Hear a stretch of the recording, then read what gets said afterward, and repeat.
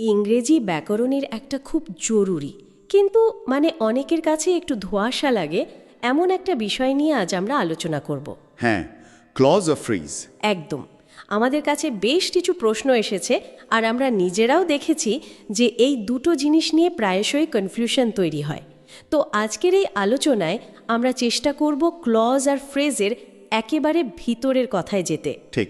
লক্ষ্য থাকবে যাতে এই আলোচনা শোনার পর এই ক্লজ আর ফ্রেজ নিয়ে মনে আর কোনো দ্বিধা না থাকে, একদম জলের মতো পরিষ্কার হয়ে যায় ব্যাপারটা। হ্যাঁ, ইংরেজির ভিতটা শক্ত করার জন্য এটা কিন্তু দারুণ জরুরি। অবশ্যই, কারণ সেন্টেন্স বা বাক্য কিভাবে তৈরি হচ্ছে তার গঠনটা ঠিকঠাক বুঝতে গেলেই ক্লজ আর ফ্রেজ পরিষ্কার করে জানা দরকার।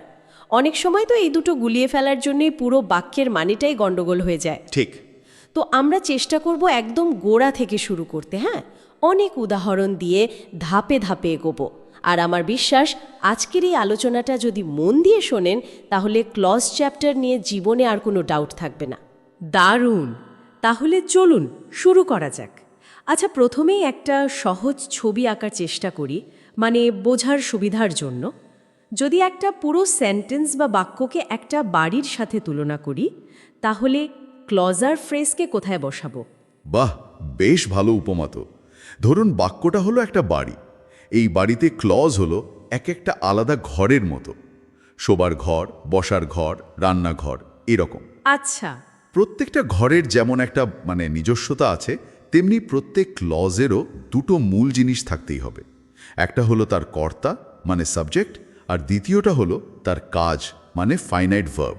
ফাইনাইট ভার্ব মানে যে ভার্বটার টেন্স অনুযায়ী বদলায়? একদম ঠিক। যে ভার্ব দেখে বাক্যের কাল বা টেন্স বোঝা যায়। তো সাবজেক্ট আর ফাইনাইট ভার্ব এই দুটো থাকতেই হবে একটা ক্লজ হতে গেলে। যেমন ধরুন খুব সহজ বাক্য, হি ইটস রাইস। এখানে হি হলো সাবজেক্ট আর ইটস হলো ফাইনাইট ভার্ব। এটা একটাই ক্লজ, আর দেখুন নিজেই একটা সম্পূর্ণ বাক্য। বুঝেছি। তাহলে ক্লজ হলো বাড়ির এক একটা ঘর যার নিজের সাবজেক্ট আছে, নিজের ফাইনাইট ভার্ব আছে। তাহলে ফ্রেজ সেটা কি ওই ঘরের ভেতরের আসবাবপত্র, চেয়ার, টেবিল, এইসব? একেবারে কি দারুণ ধরেছেন। ফ্রেজ হলো ঠিক তাই, ঘরের ভেতরের জিনিসপত্র। On the table, a red ball, very slowly.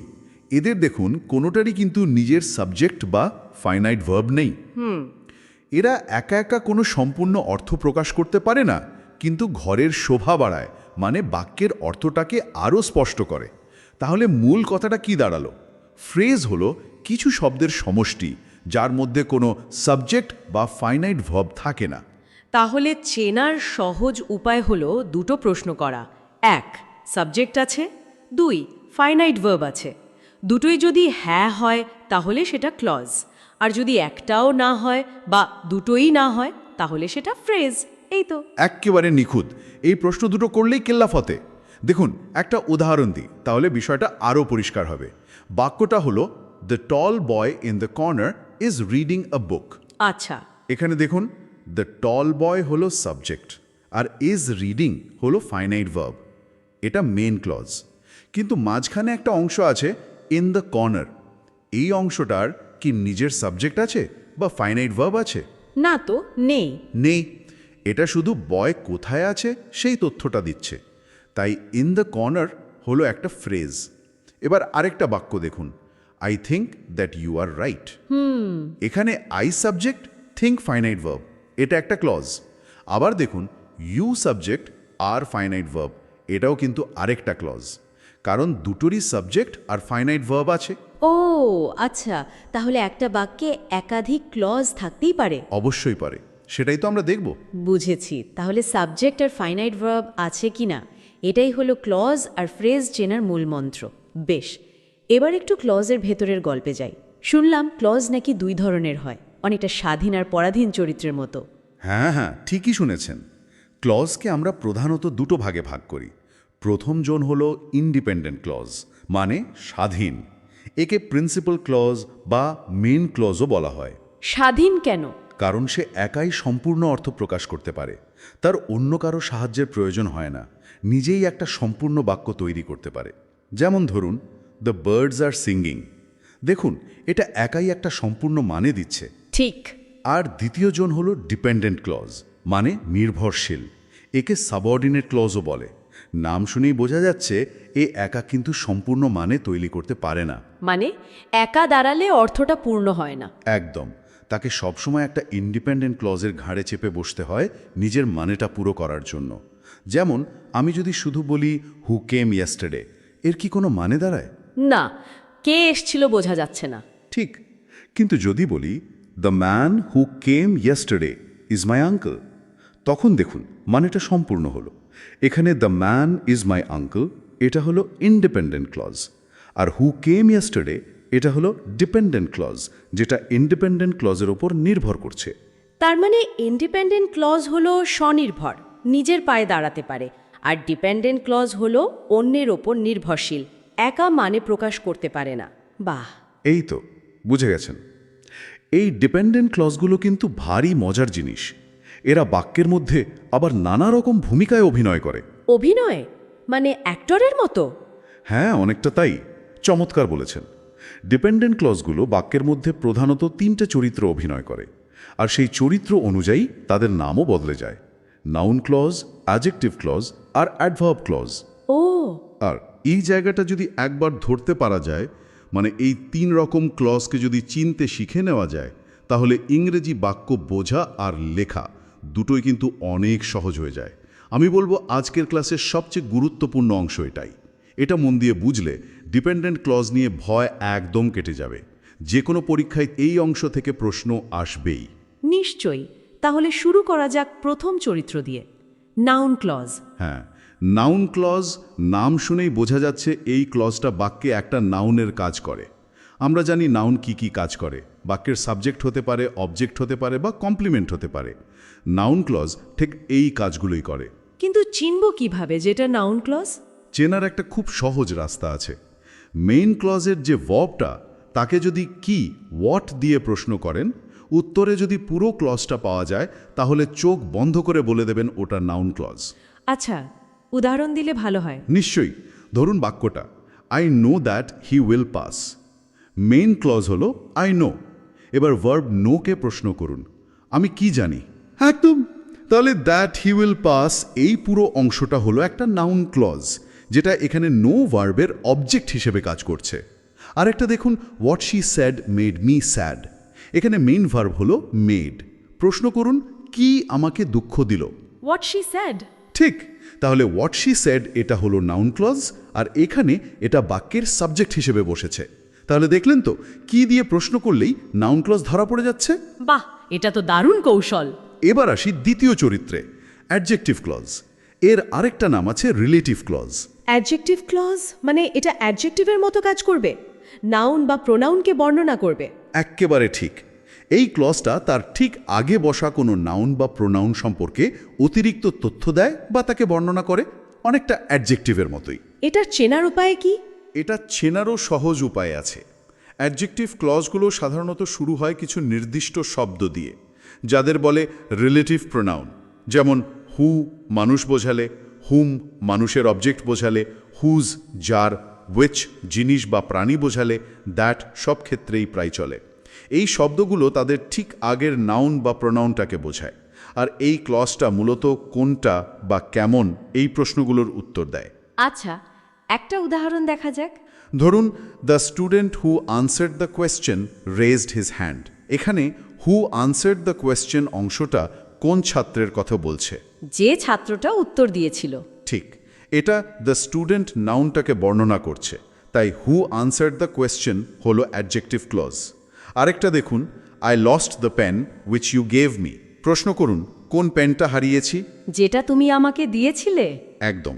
Which you gave me অংশটা দ্য পেন নাউনটাকে বর্ণনা করছে, তাই এটাও অ্যাডজেক্টিভ ক্লজ। মেইন ক্লজের কাজটা ভলভ। কখন হয়েছে, কোথায় হয়েছে, কেন হয়েছে, কিভাবে হয়েছে, কি শর্তে হয়েছে, কি উদ্দেশ্যে হয়েছে, বা কোনো বৈপরীত্য বোঝাচ্ছে কিনা, এই সব তথ্য দেয়। ও, মানে অ্যাডভার্ব যা যা কাজ করে সেই সব। ঠিক তাই। এটাকে চিনবেন কিভাবে? মেইন ক্লজের ভার্বকে এই প্রশ্নগুলো করুন, কখন, কোথায়, কেন, কিভাবে, কি শর্তে, যদিও ইত্যাদি। উত্তরে যে ক্লজটা পাবেন সেটাই অ্যাডভার্ব ক্লজ। উদাহরণ, যেমন she will call you when she arrives. প্রশ্ন, কখন কল করবে? উত্তর, যখন সে পৌঁছাবে। He studies hard because he wants to succeed. প্রশ্ন, কেন সে পড়াশোনা করে? উত্তর, কারণ সে সফল হতে চায়। If you help me I will help you. প্রশ্ন, কি শর্তে আমি তোমাকে সাহায্য করব? উত্তর, যদি তুমি আমাকে সাহায্য করো। Condition, although it was raining we went out. যদিও বৃষ্টি হচ্ছিল, আমরা বেরিয়েছিলাম। কন্ট্রাস্ট। বাহ, তাহলে ব্যাপারটা দাঁড়াচ্ছে ডিপেন্ডেন্ট ক্লজগুলো আসলে 3 ধরনের কাজ করে: নাউন, অ্যাডজেক্টিভ নয়তো অ্যাডভার্ব। আর মেইন ক্লজের ভার্বকে ঠিকঠাক প্রশ্ন করতে পারলেই এদের চেনা যাচ্ছে। প্রশ্ন করার অভ্যাসটা তৈরি করতে পারলেই তো কাজ অনেকটা সহজ হয়ে যায়। একদম ঠিক, প্রশ্ন করতে পারাটাই হলো আসল কথা। ব্যাকরণের অনেক জটিলতাই কিন্তু সঠিক প্রশ্ন করতে না পারার জন্য তৈরি হয়। এই কৌশলগুলো মনে রাখলে দেখবেন ইংরেজি বাক্য বোঝাটা কত সহজ হয়ে গেছে। সত্যি। আচ্ছা, এই যে ক্লজগুলো জুড়ে জুড়ে বাক্য তৈরি হচ্ছে, মানে ইন্ডিপেন্ডেন্ট ক্লজ আর ডিপেন্ডেন্ট ক্লজ, এরা একসাথে থাকে কি দিয়ে? নিশ্চয়ই কোনো আঠা বা কানেক্টর জাতীয় কিছু লাগে। অবশ্যই লাগে। ডিপেন্ডেন্ট ক্লজ তো একা থাকতে পারে না, তাকে ইন্ডিপেন্ডেন্ট ক্লজের সাথে জুড়ে দিতে হয়। আর এই জুড়ে দেওয়ার কাজটা করে কানেক্টর বা যোজক শব্দ। ক্লজের ধরন অনুযায়ী এই কানেক্টরগুলোও কিন্তু আলাদা হয়। ও তাই নাকি? হ্যাঁ, যেমন ধরুন, নাউন ক্লজের জন্য কানেক্টর হিসেবে আমরা প্রায়ই ব্যবহার করি that, what, whatever, who, whom, whose, which, when, where, why, how, if, whether. এইগুলো যেমন tell me why you did it বা I doubt whether he will come. আচ্ছা, আর অ্যাডজেক্টিভ ক্লজের জন্য? ওগুলো তো রিলেটিভ প্রোনাউন দিয়ে শুরু হয় বললেন। ঠিক, অ্যাডজেক্টিভ ক্লজের কানেক্টর হলো ওই রিলেটিভ প্রোনাউনগুলোই। হু ব্যক্তি সাবজেক্ট, হুম ব্যক্তি অবজেক্ট, হুজ মালিকানা, উইচ বস্তু প্রাণী, দ্যাট সব ক্ষেত্রেই চলে। যেমন this is the boy whose father is a teacher. এখানে হুজ হলো কানেক্টর। আর অ্যাডভার্ব ক্লজ, ওগুলো জুড়তে কি লাগে? অ্যাডভার্ব ক্লজ জুড়তে লাগে সাবঅর্ডিনেটিং কনজাংশনস। এগুলো সংখ্যা অনেক, কারণ এরা সময়ে, কারণ, শর্ত, ফল, উদ্দেশ্য, বৈপরীত্য, তুলনা অনেক কিছুই বোঝায়। কয়েকটা খুব কমন হলো when, while, before, after, since, until সময়, বিকজ, অ্যাজ, সিন্স কারণ, ইফ, আনলেস শর্ত, অলদো, দো, ইভেন দো বৈপরীত্য, so that, in order that উদ্দেশ্য, সো দ্যাট ফল, দ্যান, অ্যাজ তুলনা ইত্যাদি। যেমন he worked overtime so that he could finish the project, উদ্দেশ্য। বাপরে, অনেক কানেক্টর তো। হ্যাঁ, একটু মনে রাখতে হয়, তবে ব্যবহার করতে করতে অভ্যাস হয়ে যায়। আসলে এই কানেক্টরগুলোই ঠিক করে দেয় বাক্যতে সিম্পল হবে না কম্পাউন্ড হবে না কমপ্লেক্স হবে। হ্যাঁ, ঠিকই তো। এই ক্লজের বিন্যাস আর কানেক্টরের ব্যবহার দেখেই তো বাক্যকে আমরা 3 ভাগে ভাগ করি: সিম্পল, কম্পাউন্ড, কমপ্লেক্স। এই ভাগগুলো জানাটা কিন্তু যে কোনো পরীক্ষার জন্য, মানে ধরুন স্কুল বা কলেজের পরীক্ষা হোক বা চাকরির পরীক্ষা, খুবই দরকারি। আর তাছাড়া নিজে যখন নির্ভুল ইংরেজি লিখতে চাইব, তখনও তো এটা লাগবেই। একদম ঠিক বলেছেন, এই ভিত্তিটা খুব জরুরি। সংক্ষেপে বলে দিই, সিম্পল সেন্টেন্স মানে সরল বাক্য, একটাই ইন্ডিপেন্ডেন্ট ক্লজ মানে একটাই সাবজেক্ট, একটাই ফাইনাইট ভার্ব। যেমন the baby is crying. Compound sentence মানে যৌগিক বাক্য, এতে 2টো বা তার বেশি ইন্ডিপেন্ডেন্ট ক্লজ থাকে, মানে 2টো বা তার বেশি স্বাধীন বাক্য অংশ। এরা জুড়ে থাকে কোঅর্ডিনেটিং কনজাংশনস দিয়ে। মনে রাখার সহজ উপায় হলো ফ্যান বয়েজ কথাটা। For, and, nor, but, or, yet, so. যেমন he is rich but he is not happy. 2টো ইন্ডিপেন্ডেন্ট ক্লজ বাট দিয়ে জুড়েছে। কমপ্লেক্স সেন্টেন্স মানে জটিল বাক্য, এতে কমপক্ষে একটা ইন্ডিপেন্ডেন্ট ক্লজ থাকবে আর তার সাথে কমপক্ষে একটা ডিপেন্ডেন্ট ক্লজ থাকবে। এই ডিপেন্ডেন্ট ক্লজগুলো জুড়ে থাকবে সাবঅর্ডিনেটিং কনজাংশন বা রিলেটিভ প্রোনাউন দিয়ে। যেমন I will go if you come. If you come হলো অ্যাডভার্ব ক্লজ। বা ধরুন he said that he was ill. That he was ill হলো নাউন ক্লজ। আমরা এতক্ষণ যে নাউন, অ্যাডজেক্টিভ, অ্যাডভার্ব ক্লজ নিয়ে কথা বললাম, তারা সবাই এই কমপ্লেক্স সেন্টেন্সেরই সদস্য। পরিষ্কার হলো ব্যাপারটা। তাহলে ক্লজ চেনা, কানেক্টর জানা আর এই 3 রকম সেন্টেন্সের গঠন বোঝা, এইগুলো আসলে একটার সাথে আরেকটা জুড়ে আছে। এই পুরো ছবিটা বুঝতে পারলে ইংরেজি বাক্য নিয়ে ভয় অনেকটাই কমে যাওয়ার কথা। ঠিক তাই। আর ভয় কমাটাই তো আসল উদ্দেশ্য। ইংরেজিকে ভয় পেলে চলবে না, একে বুঝতে হবে, এর গঠনটা ধরতে হবে। তাহলেই দেখবেন ভাষাটা কত সহজ লাগছে। আচ্ছা, আরেকটা জিনিস প্রায়ই দেখি, মানে ভালো ইংরেজি লেখায় বড় বড় ক্লজগুলোকে অনেক সময় ছোট করে লেখা হয়। যেমন when she entered the room she saw a snake, না লিখে হয়তো লেখা হলো entering the room she saw a snake. এটা কিভাবে হয়? এই টেকনিকটা জানা থাকলে তো লেখা আরও স্মার্ট লাগে। খুব ভালো একটা পয়েন্ট। এটাকে বলে ক্লজ রিডাকশন, মানে ক্লজকে ছোট করে দেওয়া। এটা মূলত করা হয় পার্টিসিপল ব্যবহার করে। বিশেষ করে অ্যাডজেক্টিভ ক্লজ আর অ্যাডভার্ব ক্লজকে এভাবে ছোট করা হয়। উদ্দেশ্য হলো বাক্যটাকে আরও সংক্ষিপ্ত আর শুনতে ভালো সাবলীল করা। এটা করার কি কোনো নিয়ম আছে? হ্যাঁ, অবশ্যই আছে। অ্যাডভার্ব ক্লজ রিডাকশনের ক্ষেত্রে মূল শর্ত হল মেইন ক্লজ আর অ্যাডভার্ব ক্লজ দুটো ক্লজেরই সাবজেক্ট বা কর্তা একই ব্যক্তি বা বস্তু হতে হবে। সাবজেক্ট আলাদা হলে কিন্তু রিডাকশন করা যাবে না। ও আচ্ছা, সাবজেক্ট এক হতে হবে। তারপর? সাবজেক্ট এক হলে নিয়মটা বেশ সহজ। আপনার উদাহরণটাই নিই। When she entered the room she saw a snake. দুটো ক্লজের সাবজেক্ট শি, মানে একই, তাহলে রিডাকশন সম্ভব। ধাপগুলো দেখুন। 1.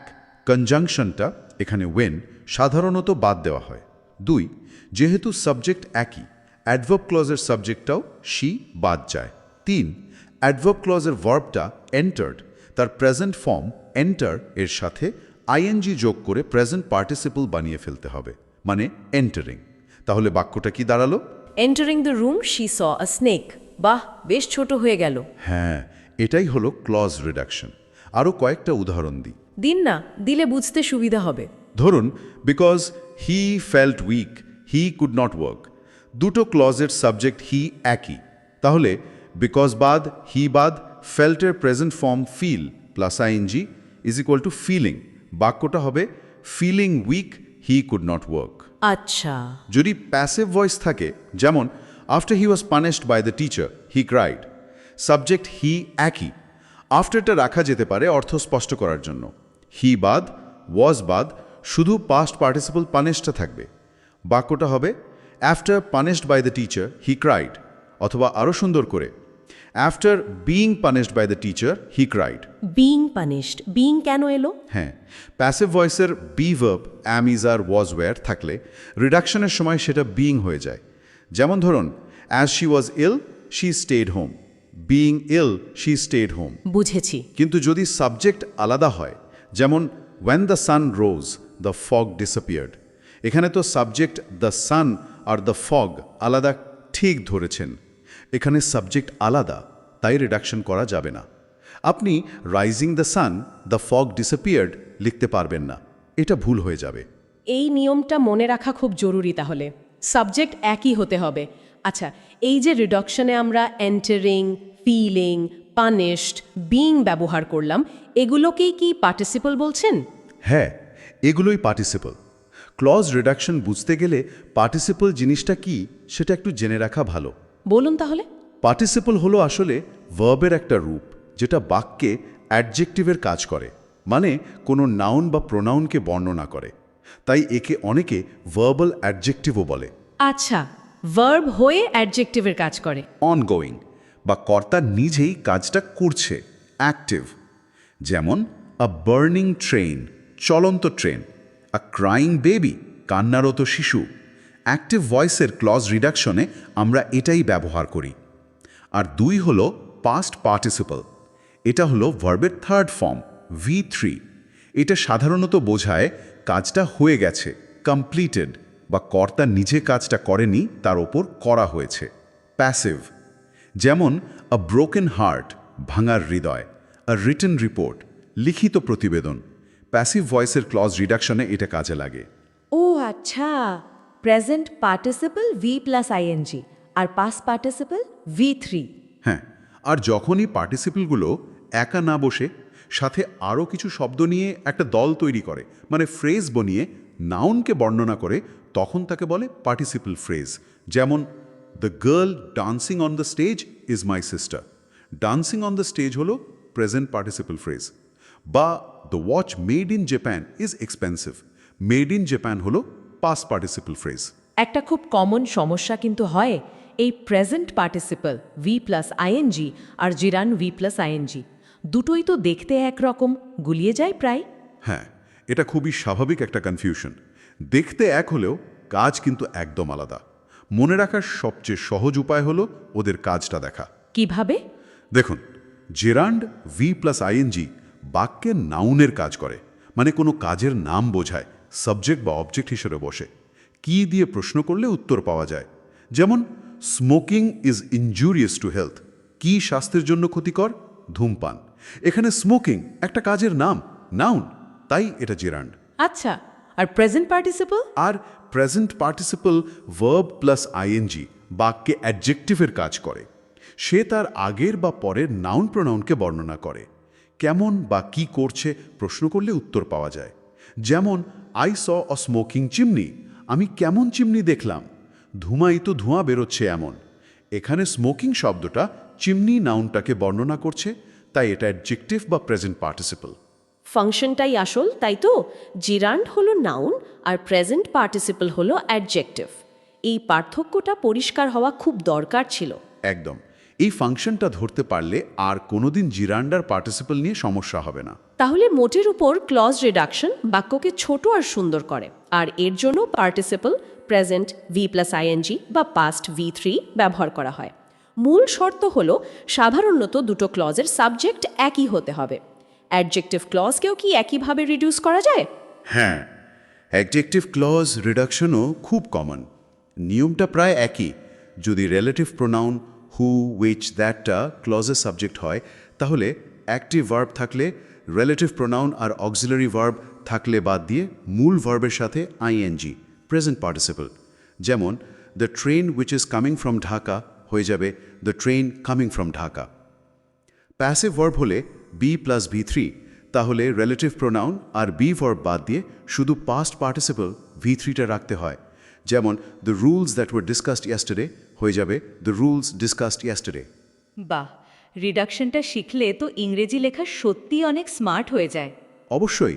আর শুধু লেখা নয়, পড়ার সময়ও যখন দেখবেন কোনো বাক্যে এরকম পার্টিসিপল ফ্রেজ ব্যবহার করা হয়েছে, তখন বুঝতে পারবেন যে ওটা আসলে একটা ছোট করা ক্লজ, মানে বোঝাটা আরও গভীর হবে।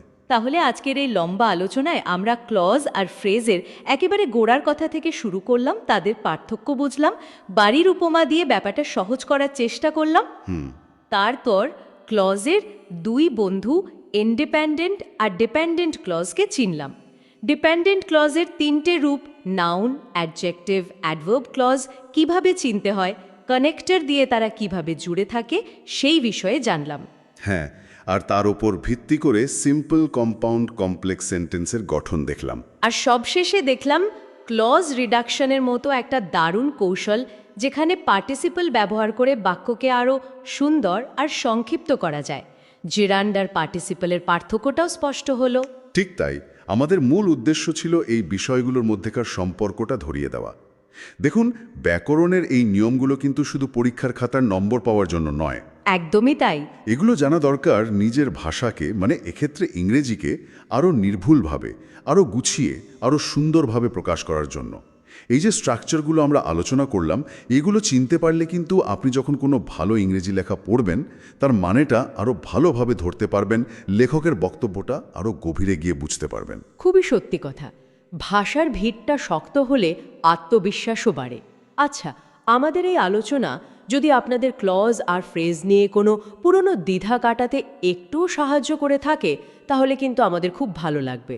হ্যাঁ, আর যদি কোনো প্রশ্ন থাকে বা কোনো জায়গা বুঝতে অসুবিধা হয়, অবশ্যই কমেন্ট সেকশনে জানাতে পারেন। আমরা চেষ্টা করব উত্তর দেওয়ার। আর এই ধরনের আলোচনা যদি আপনাদের ভালো লাগে, তাহলে আমাদের চ্যানেলটা সাবস্ক্রাইব করে রাখতে পারেন, যাতে পরের আলোচনাগুলো মিস না হয়। একদম। আর আজকের আলোচনার পর এবার যখন ইংরেজি পড়বেন বা লিখবেন, একটু সচেতনভাবে এই ক্লজ, ফ্রেজ, কানেক্টর, পার্টিসিপলগুলো খেয়াল করার চেষ্টা করবেন। দেখবেন বিষয়টা অভ্যাসে দাঁড়িয়ে গেলে ইংরেজি আর কঠিন লাগছে না। আচ্ছা, এবার তাহলে আজকের আলোচনার শেষে একটা প্রশ্ন রেখে যাই ভাবার জন্য। এই যে ক্লজ রিডাকশন শিখলেন, এটাকে নিজের লেখায় ব্যবহার করে আপনার প্রথম কোন বাক্যটাকে আরও স্মার্ট করে তুলতে চাইবেন? চমৎকার, এটা নিয়ে ভাবা যেতে পারে। তাহলে আজকের মতো এখানেই শেষ করছি। আশা করি আলোচনাটা আপনাদের উপকারে আসবে।